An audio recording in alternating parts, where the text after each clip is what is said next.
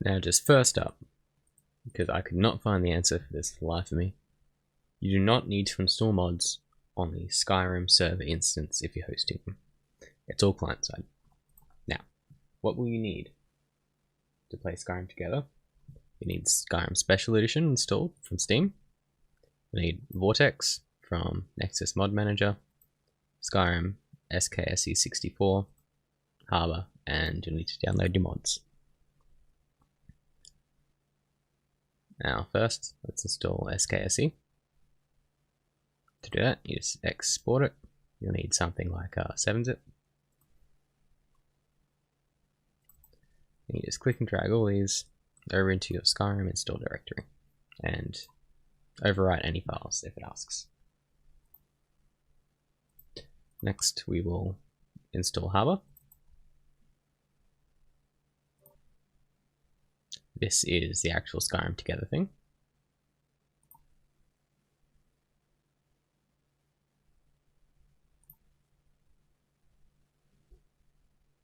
Make sure you give it access to your networks. And you'll need to find your Skyrim installation folder.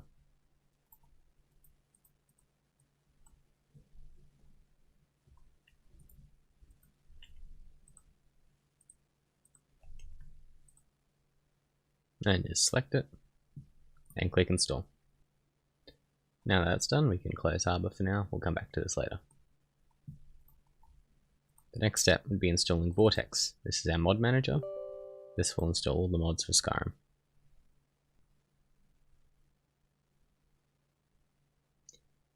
You will have to link this to your account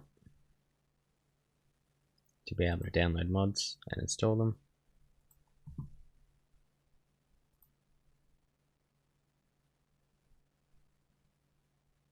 Once you've authorized your account, you can start messing around with things.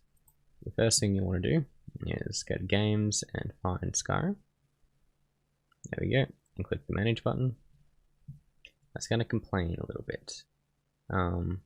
Say mods can't be deployed because you'll need to make the directory that you download mods to on the same drive as where your Skyrim is installed. So if you click suggest, it should automatically do it for you. You can just click apply. And you want to make sure this is set to hard link deployment and click apply there too.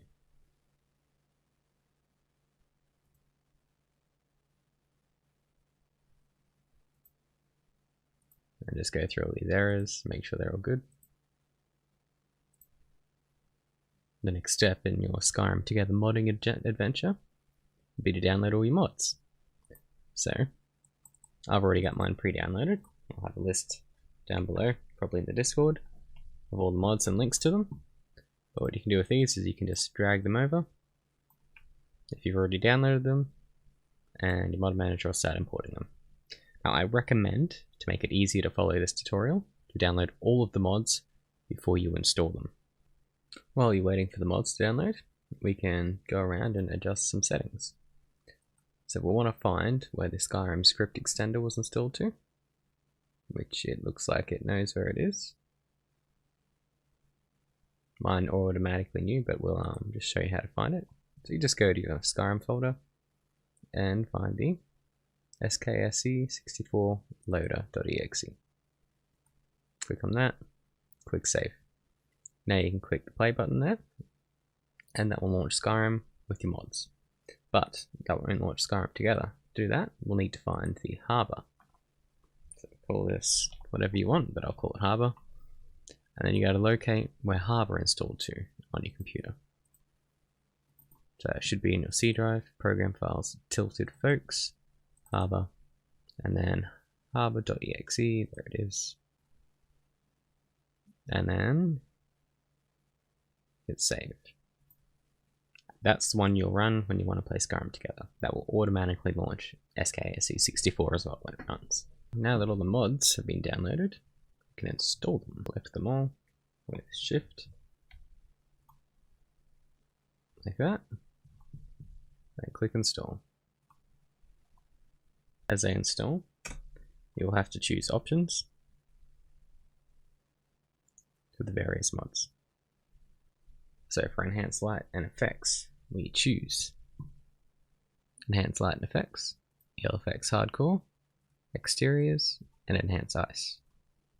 In patches, we don't select anything, and in misc options, we select torches. Finish. For character creation overhaul, disable Oblivion carry weights and permanent birth signs. Do not tick install UNP support for immersive armors. For the immersive College of Winterhold, we select original, CWI core files, ELNFX SSE patch, Ordinator perks of Skyrim, and Wico SSE patch. For more werewolves, select DWC version. Select combo for Windsong Skyrim character creation overhaul, and then select all the options.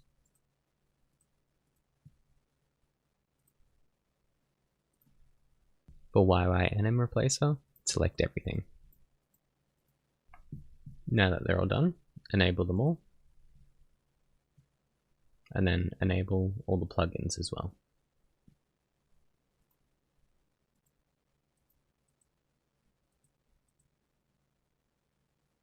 And then check resolve conflicts, and we will have to very carefully pay attention to what we do here. For the conflicts, we need to ensure the immersive College of Winterhold loads after enhanced light and effects. Skyrim Flora overhaul needs to be after a noble Skyrim, and a noble Skyrim needs to be before enhanced light effects. If you can't change them, that's okay as long as they're correct. If they're not correct, untick one of the ones you've done and try and fix one that's wrong. They just automatically change some for you. Sometimes it's wrong though. So go through and check. Immersive College of Winterhold is after enhanced light effects, that's good. Enhanced light effects is before Immersive College, that's good.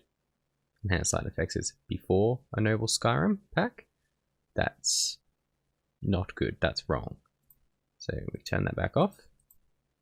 Enhanced light effects we want after that. And then this one before.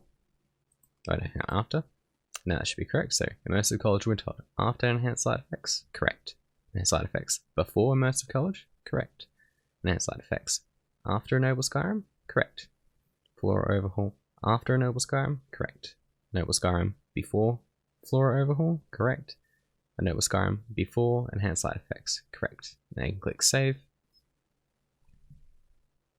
And then we click deploy. Deploy will actually install the mod, or actually set the mods up to be in your game. Awesome. I'll go to our dashboard. We should be able to launch the game by clicking Harbor. So if I go here and click Harbor, you see it starts running. It's doing an integrity check. Give it a few moments, checking for updates, and it's ready to play. All I gotta do is click play.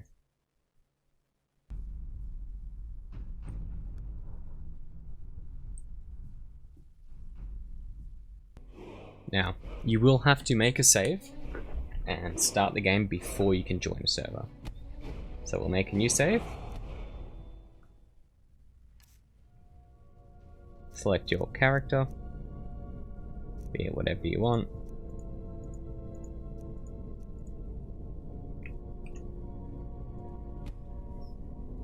Tetsa Snick. Whoops. There we go. Not quite sure when that broke, but it did at some point. So, oh well. Now, one of our mods lets us choose our stuff.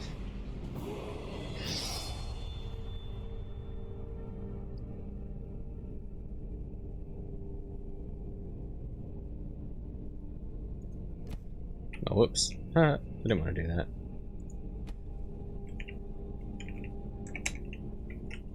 So if you're unhappy with your character, that mod lets you have another chance to change it, but that's what I wanted.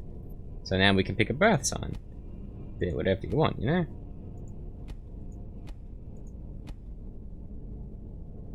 Well, we'll go with Faith. There you go, beautiful. And we can pick some classes, which will give us a whole bunch of presets. So like, go ahead and select Thief again. We'll have a bit more stamina than our other stats. And our archery, light armor, lockpicking, pickpocketing, sneak and speed roll will be higher. Very useful. Let's wait for everything to register. It's all good, that's all good. Now before starting, I recommend you go and configure all your mods. So to do that, there's a few different ways. But first up, we'll need to use a few powers. So let's do those.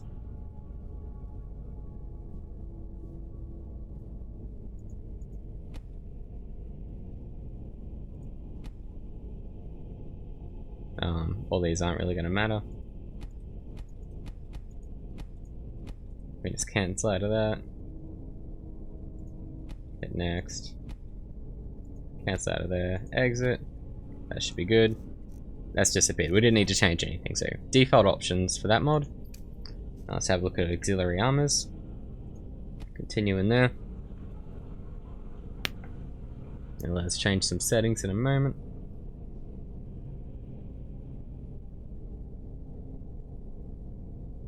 I'm going here. Look at this all.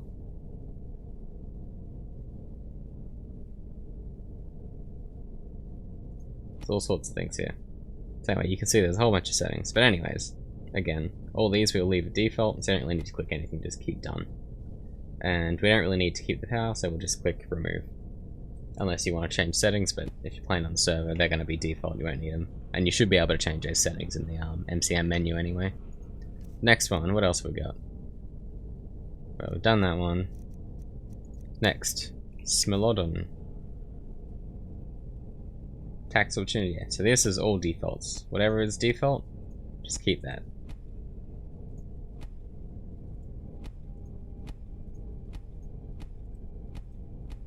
There we go. Awesome. And then, finally, we need to configure better vampires. This one's got a lot of changes, so pay careful attention to this. I'll click next here.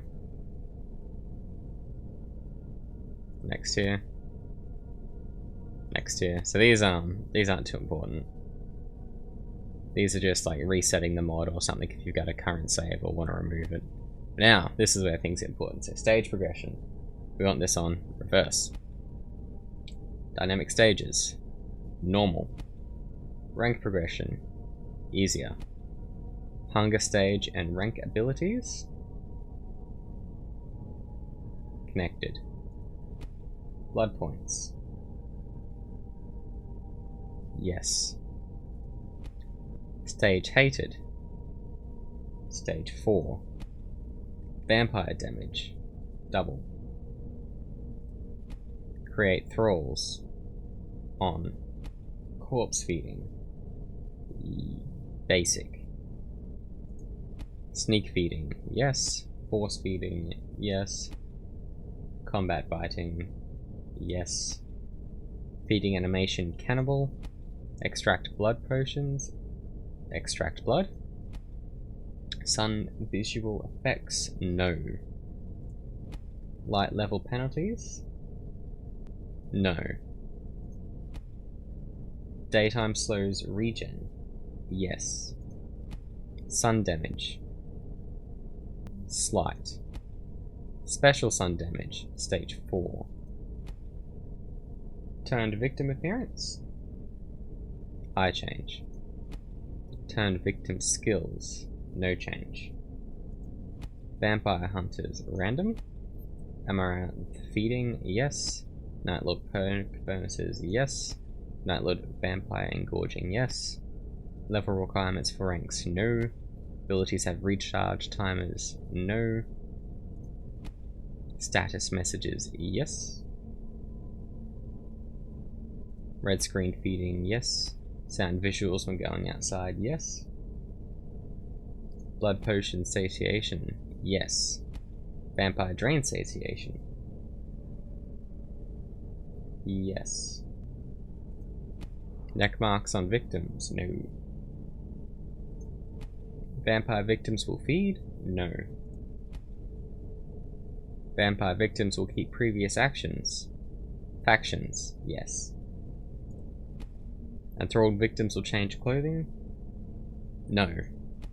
Praise animation plays? Yes. Mortal's masks makes visual changes? No. Vampire vision amplifies heartbeats? Yes. Food and drink affect you? Yes. Potions affect you? Yes. Healing spells affect you? Yes. Turn to ash upon death? No. Vampire Lord fear effect? No. Vampire hunters revert? Vampire Lord? No. Vampire Lord freedom? Yes.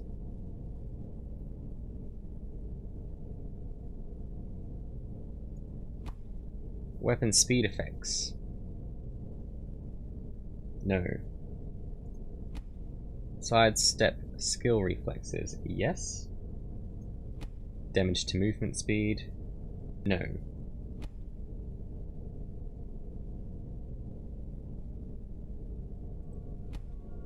And then you can click done, I think. Yeah, done. There we go. That is the vampire mod now set up. Now if you want, you go to system and mod configurations, and this is where the rest of your mods are. There we go. Status, skills and perks. General options. There's a few useful charts here that lets you know how the mod works as well. Aye, Skyrim Together though. If you go in here, you can toggle on glow color and friendly fire, which is useful. To get started, just walk up to the shrine, activate it, and click on an option for how you'd like to start your journey. And that's it. Alright, now hang on. To connect to a server, you click right control and type in connect and type in whatever the server address is. Or go to public servers.